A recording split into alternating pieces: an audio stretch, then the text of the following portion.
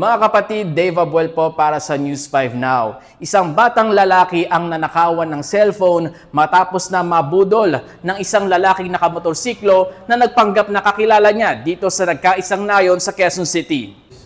Sa kuha ng CCTV nitong linggo, makikita ang 10 taong gulang na lalaki na naglalakad sa kalsada. Isang lalaking sakay ng motorsiklo ang lumapit at nagsabi raw nakakilala siya ng bata. Ilang minuto rin silang nag-usap hanggang sa umandar na ang nakamotor na sinundan naman ng bata. Sa isa pang anggulo, kitang tumawid ng kanto ang bata kasunod ang rider. Nililingon pa ng rider kung sumusunod ang bata hanggang sa kumaliwa ito. Matapos ang ilang saglit, makikita na lang sa video na nagmamadaling sumibat ang rider. Ayon sa barangay, hindi na malayan ng bata na nakuna na pala siya ng cellphone. Na-i-blotter na sa barangay ang insidente. Patuloy pa ang paghahanap sa lalaking kawatan. Tutok lang mga kapatid sa mga platform ng News 5 para sa iba pang detalye ng balitang ito. Muli ako po si Dave Abuel.